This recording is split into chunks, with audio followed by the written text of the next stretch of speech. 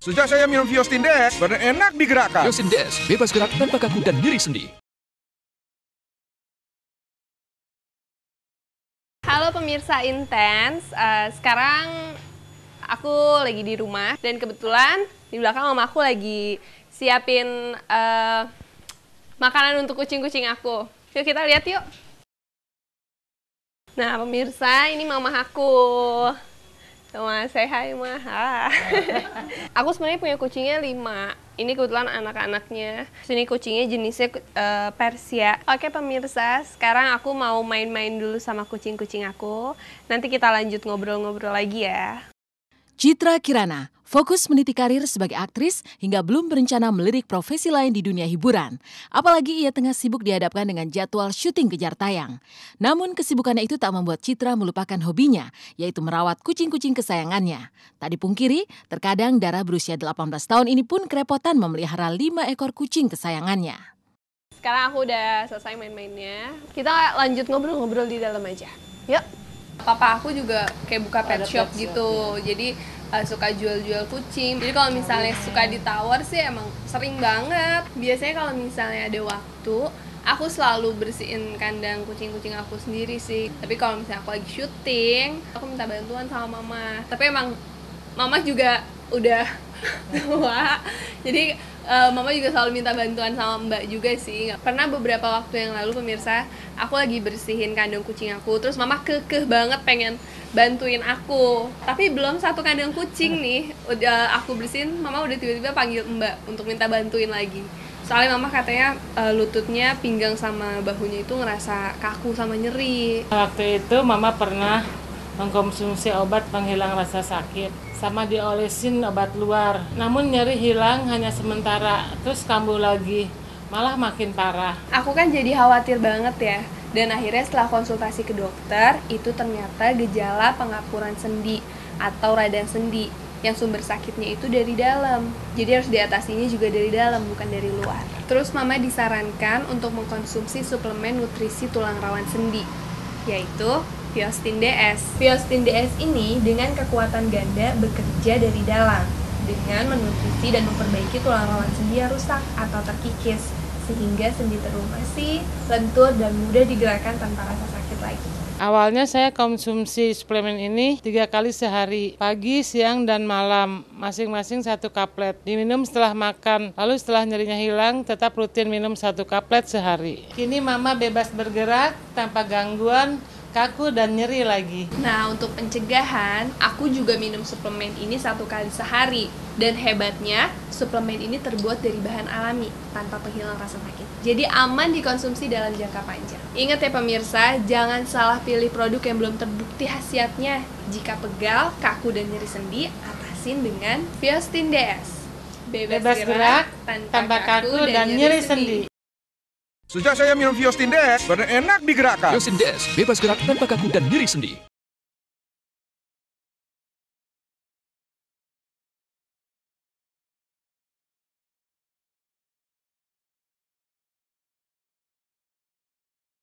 Lama menghilang serta sibuk menjadi Nyonya Bambang Triatmojo, Mayang Sari kini kembali menyanyi. Dengan merilis single berjudul Tak Bisa Klien Hati, ia berusaha merebut kembali popularitasnya sebagai penyanyi top pada zamannya.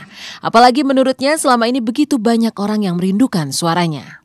Oke, untuk proses pembuatan single ini sendiri sebetulnya tidak lama ya, karena ini kebetulan kita untuk membuat satu album itu sendiri pun juga sudah masuk di 5 lagu.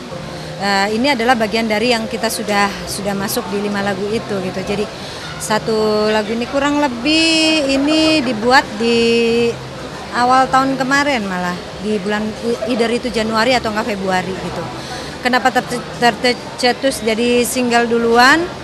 Mungkin karena dari pihak produser punya pertimbangan akan bagus kalau semuanya kita keluar single dulu gitu.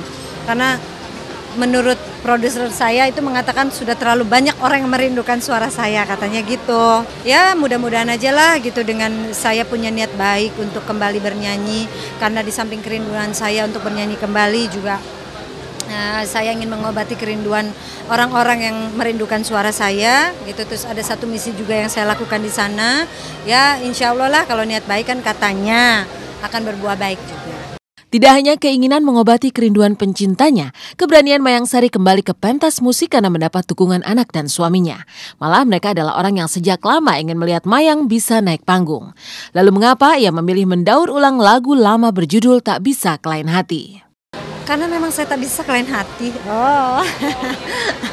Kenapa pemilihan lagu Tak Bisa Kelain Hati? Gini, pada dasarnya semua pemilihan di album saya itu lagu yang sangat-sangat fenomenal di zamannya gitu. Jadi tapi kenapa yang terpilih adalah Tak Bisa Kelain Hati?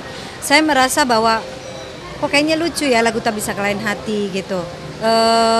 Saya pada saat menyanyikan lagu ini pun juga ada satu challenge yang ingin saya tunjukkan bahwa nyanyi dengan versi laki-laki dan versi perempuan tentunya itu tuh feel-nya akan jauh lebih berbeda gitu.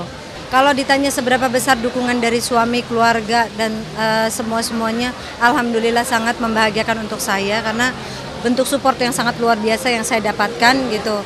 Ya terbukti sampai anak saya di launching ikut nyanyi, kontribusinya dia yang sangat luar biasa. Saya juga sampai surprise, kok dia bisa sampai seconfidence itu dia bernyanyi dan suaranya nggak fales gitu. Terus bukti lain bahwa suami saya sangat mensupport saya pun dengan dia hadir juga di sini gitu. Jadi saya sangat-sangat bersyukurlah gitu, thanks God gitu. Maksudnya saya ngerasa ini semua blessing lah.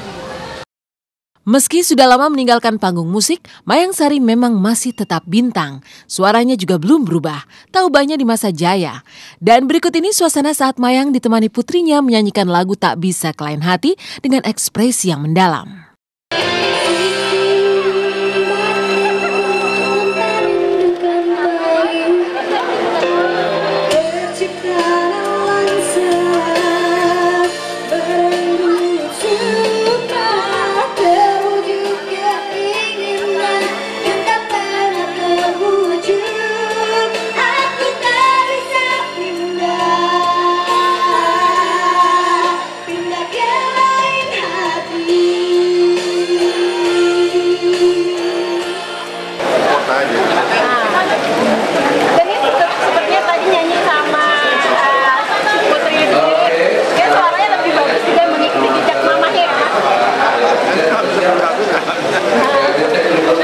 Dia dari 1 tahun juga sudah bernyanyi ya, nyanyi-nyanyi gitu. Cuman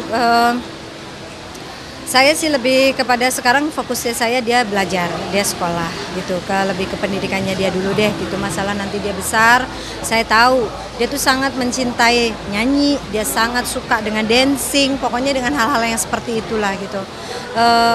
Untuk saat ini mungkin saya sebagai orang tua saya akan memegang kendali untuk dia. Tapi begitu dia besar ternyata kalau dia memilih mau nyanyi atau apa itu sudah menjadi hak dia. Pada dasarnya sebenarnya orangnya pemalu loh, sama seperti mamahnya gitu ya. Bohong banget. Dia sebetulnya pemalu gitu. Cuman saya hanya kemarin pas pada saat mau launching saya lagi latihan dia bilang, "Mama, Kiran boleh ikut nggak nyanyi sama Mama?" "Hah?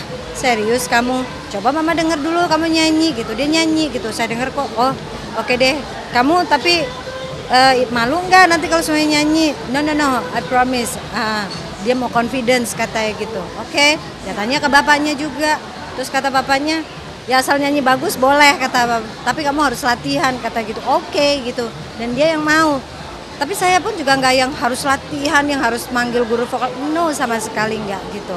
Makanya saya benar-benar yang surprise gitu, dia pakai gaya lah, pakai ini lah, saya bingung gitu, malah justru tengah-nganga gitu, surprise juga. Sampai bapaknya sendiri aja bilang, "Loh kok Kiran bisa begitu?" Saya nggak tahu.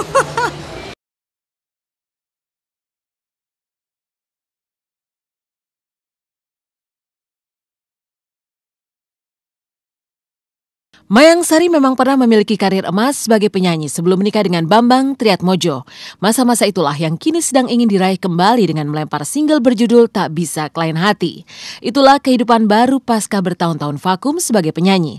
Lalu bagaimana dengan kehidupan baru Syahrini sebagai host acara Kipas Princess yang tayang di RCTI? Seperti apa saat ia syuting bersama Master Limbat yang menurutnya menyeramkan? Mengapa ia ketakutan saat asistennya menjadi objek sulap Limbat? Simak intens setelah jeda berikut.